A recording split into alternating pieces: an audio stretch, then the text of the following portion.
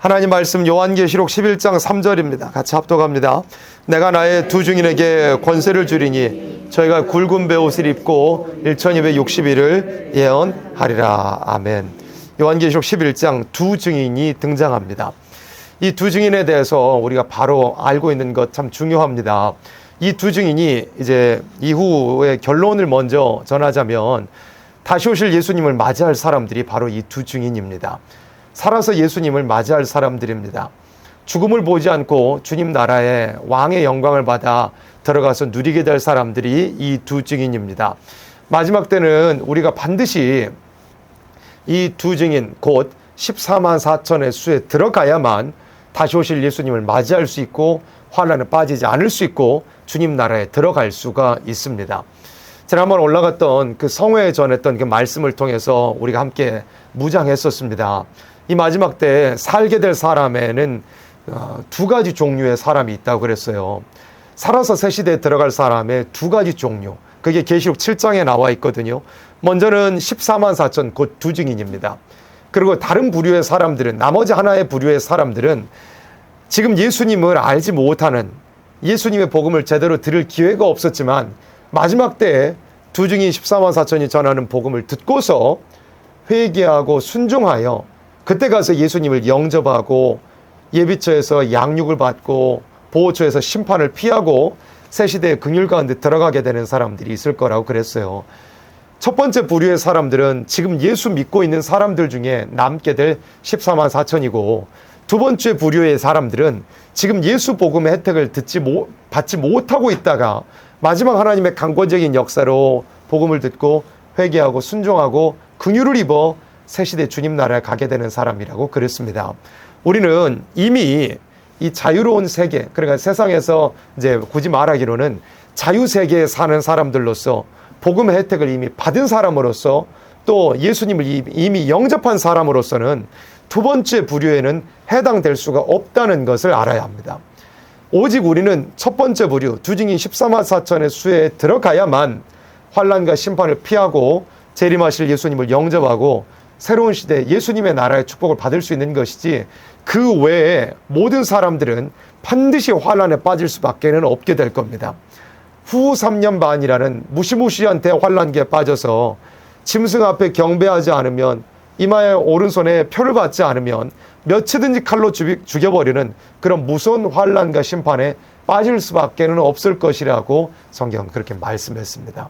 그래서 이 두 증인이 누군가를 아는 것은 우리가 어떠한 사람이 되어야 하는 것인가 아는 것과 동일하다고 할 수 있겠습니다. 두 증인이라고 그랬는데 성경에는 증인이 두 가지 종류의 증인이 나옵니다.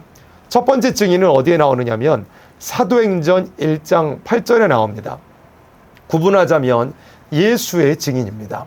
예수님께서 우리를 위해 죽으시고 그 다음에 부활하시고 그 다음에 승천하시면서 그 승천하시는 모습을 바라보던 그 제자들에게 이렇게 말씀하셨습니다.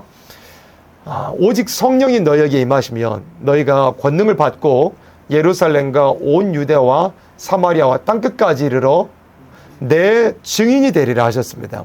내가 누구죠? 예수님이셔요. 예수님의 증인이 되라. 너희가 성령을 받고 권능을 받아 예수의 증인이 되라 한 거였습니다. 그 뜻은 무슨 뜻이냐면 너희들이 직접 목격한 대로 예수님의 죽으심을 너희가 목격한 대로 예수님의 빈 무덤 곧 부활하신 예수님을 목격한 대로 그리고 2000년 전 당시 사도행전 1장 그 시점을 기준으로 지금 너희가 목격하는 예수님의 승천을 본 그대로 나가서 이제 예루살렘으로부터 시작해 땅끝까지 그대로 증거하는 증인이 되어라 라고 예수님께서 사명을 맡겨주셨습니다. 그래서 예수의 증인은 2000년 전으로부터 시작해가지고 오늘에 이르기까지 은혜시대 기간 전체에 걸쳐서 바로 사도들이 직접 목격하고 들었고 직접 체험했던 예수의 죽으심과 부활하심과 승천하심을 전하는 그것이 바로 예수의 증인으로서 해야 될 일들이었습니다. 그 사명을 감당했던 사도들과 2000년 은혜시대 많은 믿음의 종들을 통하여서 믿음의 선배님들을 통하여서 우리가 다 예수 복음 받은 자 되었습니다. 예수님의 그 죽으심과 부활하심과 승천하심을 목격한 그대로 사도들이 증거해 주었고, 그 증거를 받은 그 후세대가 이어져 오늘의 우리에까지도 분명히 그 사도들이 목격한 예수님의 죽으심과 부활하심과 승천하심과 다시 오심에 대한 약속을 분명히 마치 우리가 본 것과 같이 믿을 수 있게 되었습니다. 이게 예수의 증인입니다. 근데 성경에는 예수의 증인만 있는 것이 아니고, 여기서 계시록 11장 3절에 말씀한 여기서의 증인은 뭐냐면 여호와의 증인입니다. 오해가 없기를 바랍니다. 어떤 대한민국 안에서 또 세계적으로도 자칭 여호와의 증인이라는 그런 이름을 걸고는 아주 이상하고 적그리스도적인 집단도 있습니다. 적그리스도라고 표현하는 것은 개인적인 의견이 아니고, 그 집단에서는 예수 그리스도 우리 구주의 완전성을 분명히 믿지 않기 때문에 성경적으로 요한일서 말씀에 근거하여 적그리스도라고 하는 것입니다. 그 집단을 이야기하는 것이 아닙니다. 성경에는 아까 설명한 대로 예수의 증인이 있고, 두 번째 여호와의 증인이 있습니다. 여기 계시록 11장 3절의 이 증인은 여호와의 증인입니다. 여호와의 증인이 어디 나와 있느냐면 이사야 42장과 이사야 43장 말씀을 보면, 이사야 42장 9절에서 예수님 하나님께서 말씀하셨어요.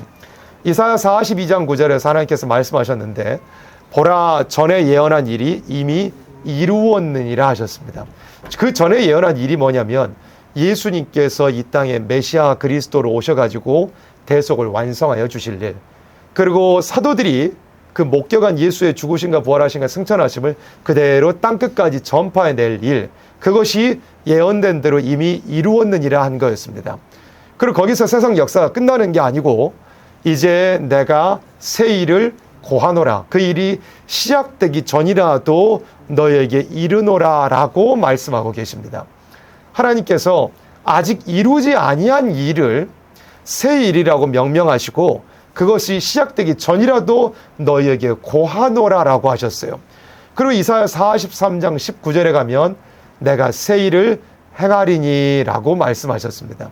그래서 하나님께서 아직 이루지 아니한 앞으로 벌어질 일에 대해서 새 일이라고 명명하셨고, 그 일을 고하는 일도 있고 행하시는 일도 있다고 말씀했는데, 아직 이루지 아니한 그 새 일의 역사를 고하고 행하는 역사에 쓰임받을 사람들을 이사야 43장 10절에서는 여호와의 증인이라고 말씀했습니다. 이사야 43장 10절에 나 여호와가 말하노라, 너희는 나의 증인 나의 종으로 택함을 입었나니 이는 너희로 나를 알고 믿으며 내가 그인 줄 깨닫게 하려 함이라. 나의 전에 지음을 받은 신이 없었느니라, 나의 후에도 없으리라. 이 여호와의 증인은 예수의 증인과 차이가 있습니다. 예수의 증인은 이루어진 일에 대해서, 이루어진 일을 자기들이 직접 목격한 대로 증거하는 것이 예수의 증인입니다. 예수의 죽으심, 부활하심, 승천하심이요. 근데 여호와의 증인은 뭐냐면 아직 이루지 아니한 일, 하나님께서 새 일이라고 명명하신 일, 아직 그 일이 시작되기 전이라도 고하겠다고 말씀하셨고, 그리고 고한 대로 반드시 이루실, 아직 이루지 않았지만 누구도 목격하지 않았지만 그러나 약속하셨으므로 분명히 이루어질 그 일에 대하여서 증거하는 것이 여호와의 증인이라고 성경에는 말씀하고 있습니다. 그런데 증인이라는 것은 직접 봤어야 증인이라는 말이 성립이 되잖아요. 근데 아직 이루어지지 않은 일인데 어떻게 그걸 증언할 수 있습니까? 목격한 일이 없는데. 하나님의 말씀은 신실하기 때문에 하나님께서 예언하시고 약속하셨다면 반드시 그대로 되는 겁니다. 그렇기 때문에 아직 이루어지지 않은 일일지라도 하나님께서 선지자들을 통하여 요한계시록을 통하여 약속하고 예언하셨으면 반드시 그대로 되나요, 안 되나요? 되는 겁니다. 그렇게 우리는 하나님의 그 신실하심을 의지하여 아직 이루지 아니할 일일지라도 예언을 통하여 분명히 증언할 수 있게 됩니다. 그게 여호와의 증인에 해야 될 사명이고, 이게 두 증인의 1260일 예언할 때 하는 일이다 이겁니다. 여호와의 증인이 이 땅에 존재하는 기간은 오직 1260일 밖에는 없습니다. 아직 그 전 3년 반이라는 기간이 오지 않았다 그랬죠. 그런데 자기들이 여호와의 증인이라고 나와서 이야기하는 자들은 성경에 하나님 말씀한 시기도 왜곡하고 있는 겁니다. 예수님께서 40일 금식을 마치고 마귀의 시험을 받으실 때 마귀가 시편 91편 말씀을 가지고 시기를 왜곡하여 미혹하려고 시도했잖아요. 마귀는 시기를 왜곡한다는 걸 알아야 합니다. 아직 전 3년 반이 오지 않았고 1260일 예언의 기간이 시작되지 않았습니다. 그 뜻은 두 증인 곧 여호와의 증인이 이 땅에 등장하지 않았다는 뜻입니다. 그런데 그 기간이 되지도 않았는데 자기가 여호와의 증인이라고 하는 것은 마귀가 미혹하는 방식과 다르지 않다는 걸 우리는 분명히 알고 있어야 합니다. 그래서 이런 말씀들도 간단하게라도 이렇게 전한 만큼이라도 이 시간에 간단하게 전한 만큼이라도 알고 있어야 그런 집단에 속한 사람들을 깨우쳐 줄 수 있고 그리고 그런 집단에서 잘못 배운 사람들에게 알려주고 바로잡을 수 있다 이겁니다. 우리에게는 그런 사명이 있어요.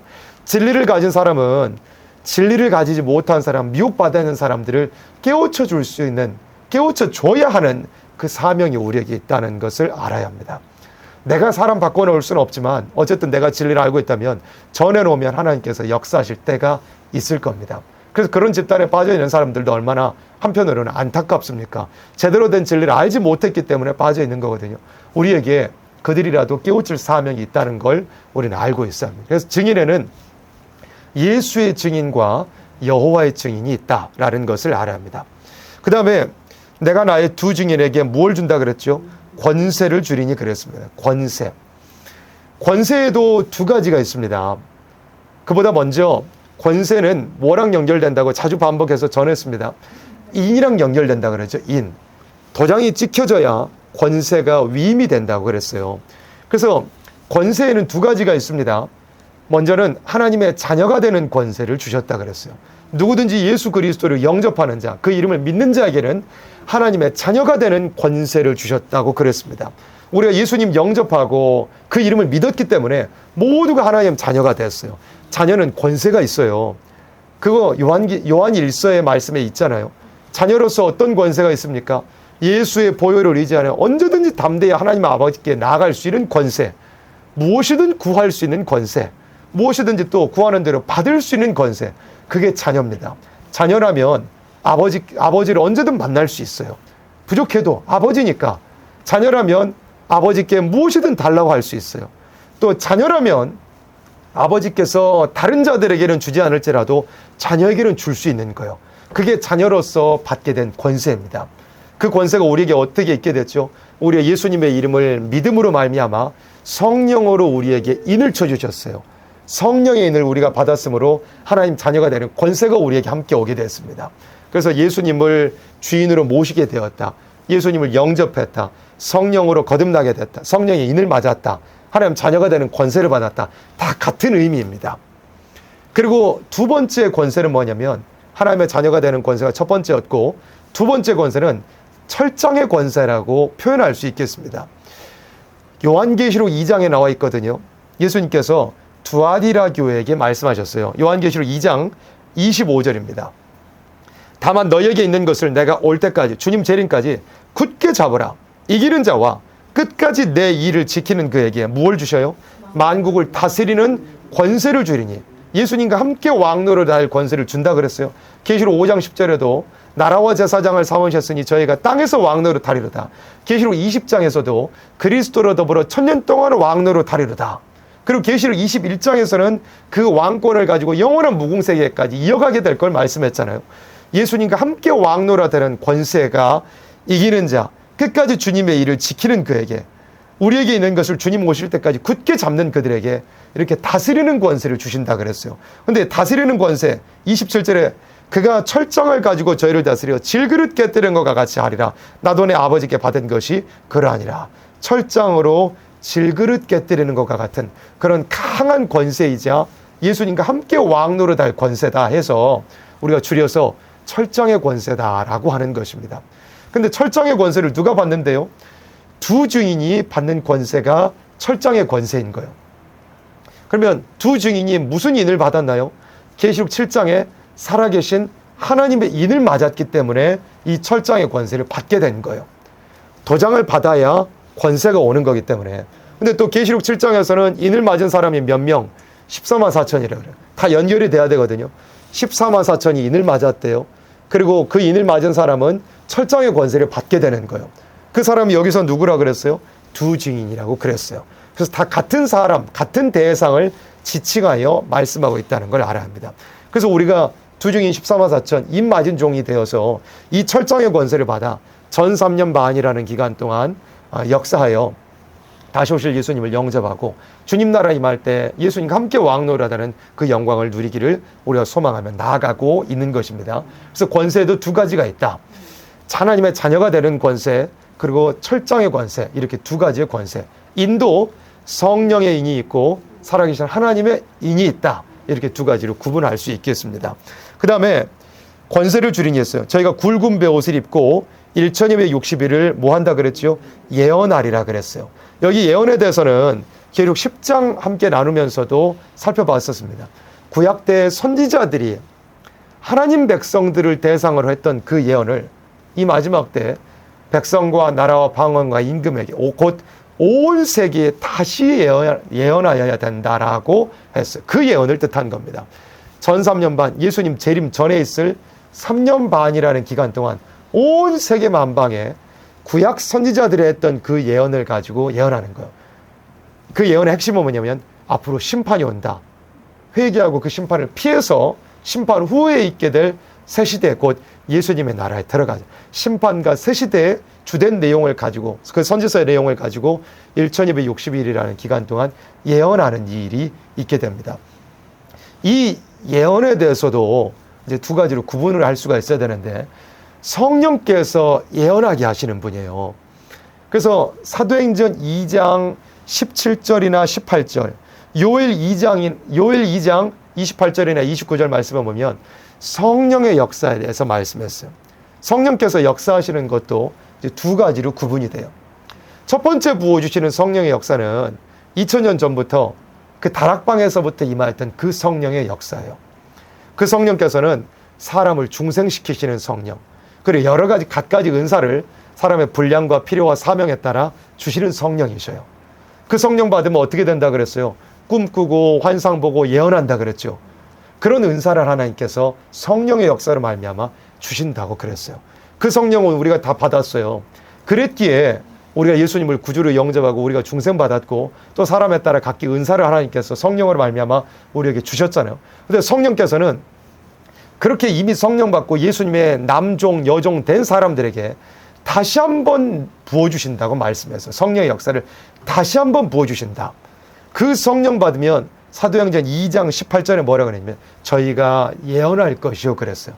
두 번째 보신 성령의 역사, 곧 7명의 완전한 역사, 이 마지막 때 보시는 완전한 성령의 역사를 받으면 1260일 예언한다 그런 거예요. 그래, 예언도 은혜 시대에 부어주시는 성령으로 예언하는 어떤 은사적인 한 예언도 있고, 이 마지막 때 두 번째 부어주시는 성령의 역사, 우리가 받기를 소망하는 그 성령의 역사를 받으면 1260일 다시 예언하는 사명을 감당할 수가 있게 되는 것입니다.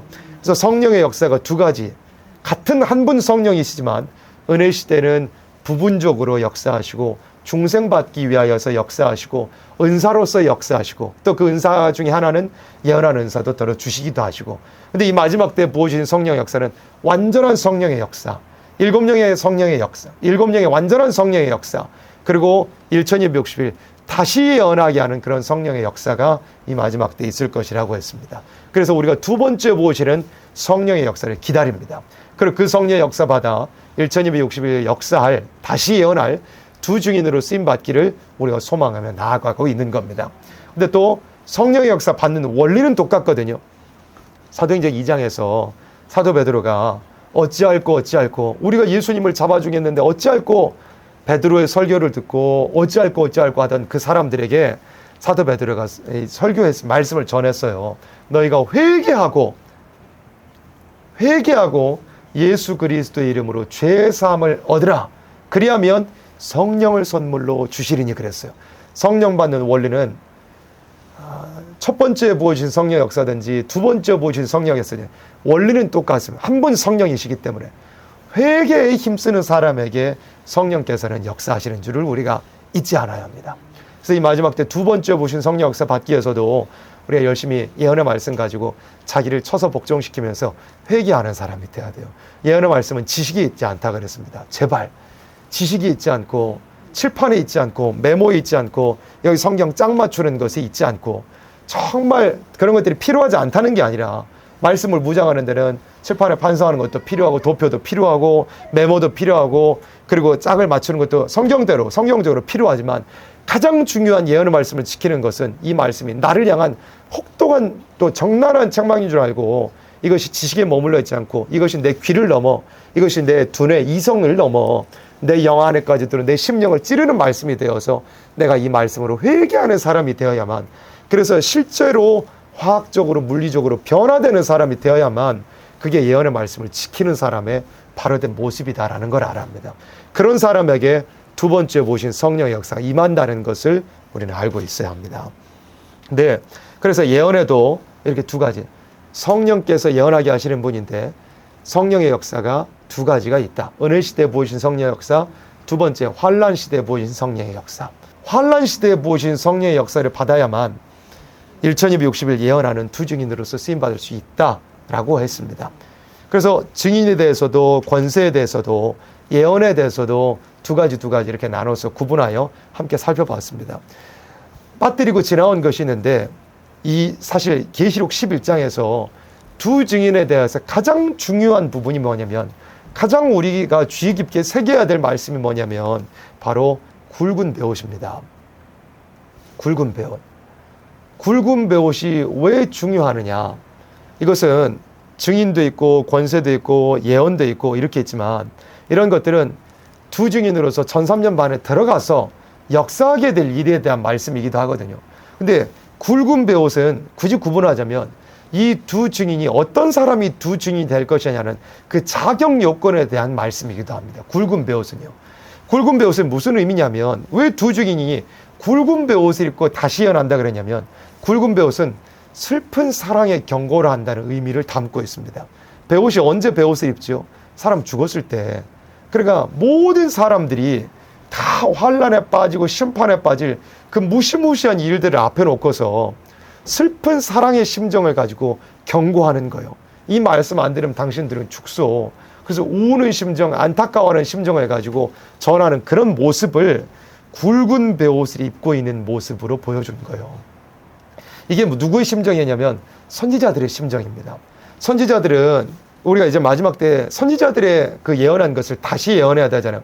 그럼 우리의 심정도 선지자들의 심정하고 똑같아야 돼요. 이사야 선지자가 이사야 5장에서도 그 포도원을 위해서 노래했잖아요. 근데 그 노래가 기쁜 노래였나요? 아니었어요. 하나님께서는 포도원의 농부로서 정말 애쓰고 힘쓰셔가지고 정말 정성 들여서 포도원을 하나님께서 가꾸어 놓으셨는데 그 극상품 포도나무를 심으셨는데 열매가 맺혀보니까 뭐가 맺혔어요? 들포도가 맺혔어요. 들포도, 개포도가 맺힌 거예요. 하나님께서 정말 화가 나시고 진노하실 수밖에 없었던, 그래서 울타리를 거두고 담을 헐어가지고 짐승들로 와가지고 다 짓밟아 버려라 그랬어요. 하나님 백성들이 그런 거예요. 하나님 백성들, 하나님께서 택하시고 하나님께서 불러 하나님 자녀 삼아놨는데 좋은 열매가 맺혀지기를 원하면서 은혜 베풀어 주셨는데 열매를 맺어놓은 걸 보니까 아무짝에도 쓸모없는 들포도가 맺혀진 거예요. 그래서 울타리를 걷고 담을 헐어가지고 짐승들을 불러가지고 다 짓밟아 버려라 한 거였어요.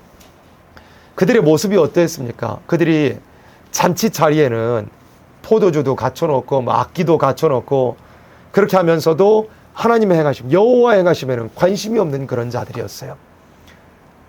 가옥에 가옥을 연하며 전토에 전토를 연하며 이 땅의 것에는 관심이 많았어도 하나님 행하시는 일에는 관심이 없는 그런 자들이었대요. 그런 일을 하나님께서 말씀하시는 것을 놓고서 이사야 선지자는 가슴이 아파가지고 울었어요. 울면서 그 포도원에 대해서 노래를 지었던 거였어요. 하나님 백성들이 그 부패와 당하게 될 환란을 놓고서 정말 가슴 아파하면서 슬픈 마음을 가지고 노래를 지었던 거였어요. 또 뿐만 아니라 이사야 선지자는 이사야 15장 16장 같은 말씀에 보면 모압의 멸망에 대해서 말씀했잖아요. 모압은 이방이잖아요. 모압은 이방이거든요. 근데 이방 그 모압 족속들이 역사적으로도 하나님 백성 이스라엘의 약속의 땅으로 가는 걸 얼마나 방해했습니까? 때때로 얼마나 역사적으로 보면 모압의 이 족속들이 얼마나 못된 짓 많이 했습니까? 근데 그런 자들의 멸망에 대하여 예언하면서도 이사야 선지자는 정말 안타까운 마음을 가지고 그 모압을 위하여서 울었다 그랬어요. 이사야 15장 5절에 내 마음이 모압을 위하여 부르짖는도다. 이건 내 마음은 이사야 선지자의 마음이었어요. 그리고 불택자이기도 하고 이방인이기도 하고 하나님께서 심판을 작정해 놓은, 멸망을 작정해 놓은 그런 자들이지만, 그래도 이사야 선지자는 듣든지 아니 듣든지 또 택자이든지 불택자이든지 자기 할 일은 그저 자기가 말씀을 전해야 될 그 사람들에 대해서 슬픈 마음 가지고 우는 거였어요. 우리에게 이 마음이 있어야 굵은 베옷을 입고 두 증인으로 쓰임받을 수 있다 이겁니다. 내 마음이 모압을 위하여 부르짖는도다. 그 귀인들은 소알과 에글라 슬라시아로 도망하여 울며 루힛 비탈길로 올라가며 호로나임 길에서 패망을 부르짖으니. 이사야 16장 9절에도 그러므로 내가 야셀의 울음처럼 신마의 포도나무를 위하여 울리라. 헤스본이여 엘르알레여 나의 눈물로 너를 적시느니 너의 여름실과 너의 농작물에 떠드는 소리가 일어나면이라. 이사야 선지자가 그 모압에 멸망하는 것을 놓고서 정말 슬퍼하는 마음을 가지고 울었다고 그랬어요. 예레미야 선지자도 마찬가지죠. 말할 것도 없죠. 예레미야 선지자의 그 유명한 별명이 눈물의 선지자 아닙니까? 4장 19절에도 슬프고 아프다. 내 마음속이 아프고 내 마음이 답답하여 잠잠할 수 없으니 이는 나의 심령 네가 나팔소리와 전쟁의 경보를 들이미로다. 예레미야 선지자가 하나님 말씀대로 부패한 하나님 백성들에게 닥쳐올 환난과 그 전쟁의 경보를 들으면서 또 그걸 자기 입으로 전하면서 정말 답답한 마음을 가지고 우는 심정 가지고 그렇게 예언했던 선지자였습니다. 우리에게도 그런 우는 심정과 슬픈 심정이 있어야만. 예레미야 선지자 그거예요. 자기는 이제 앞으로 되어질 일을 안다. 그럼 너희들은 듣지 않으니 너희들은 망해도 싸다. 망해도 합당하다. 그렇게 예레미야 선지자 그런 마음을 가지고 외친 게 아니었습니다. 정말 듣든지 아니 듣든지 슬픈 마음을 가지고 사랑의 심정을 가지고 경고하는 그런 심정이 예레미야에게 있었던. 그리고 예레미야 선지자는 자기의 그 사역하는 애 쓰임받는 내내 눈물을 흘리고 있었던 거였습니다. 그런 심정이 있는 사람이라야, 그런 눈물의 심정, 인격이 있는 사람이라야 두 증인으로 쓰임받을 수 있다라는 것입니다. 머리에 지식으로만 찬 사람이 아니고요. 패망이 연속하여 온 땅이 탈취를 당하니 나의 천막은 호련히 파멸되며 나의 휘장은 잠시 열파되도다. 내가 저 기호를 보며 나팔 소리 듣기를 어느 때까지 할꼬.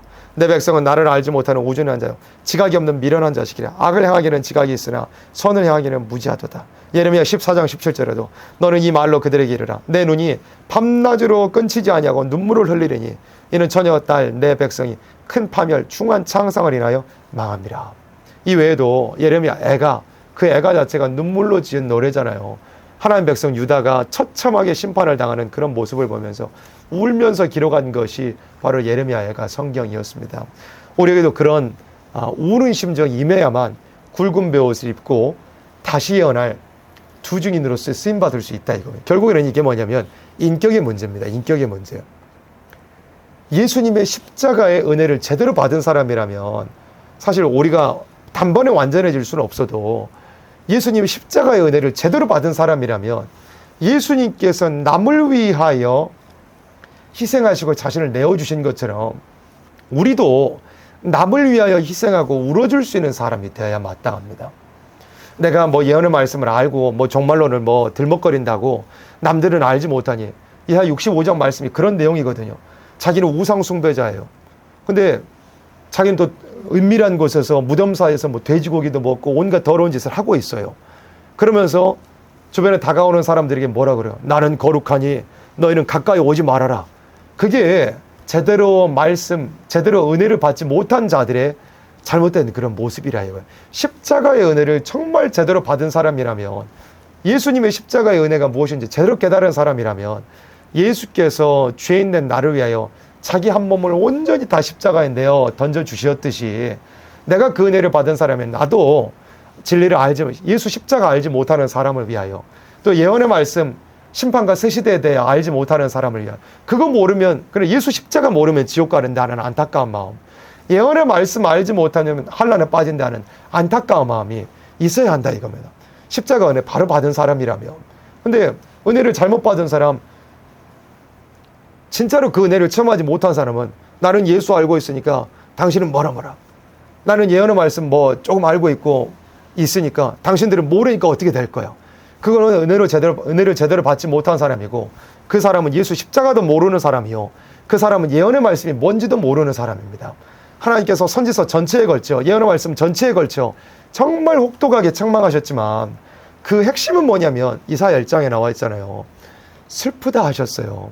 하나님께서는 정말 혹독하게 책망하시지만 돌아오라 돌아오라. 너희 죄가 주홍 같고 진홍 같을지라도 돌아와라.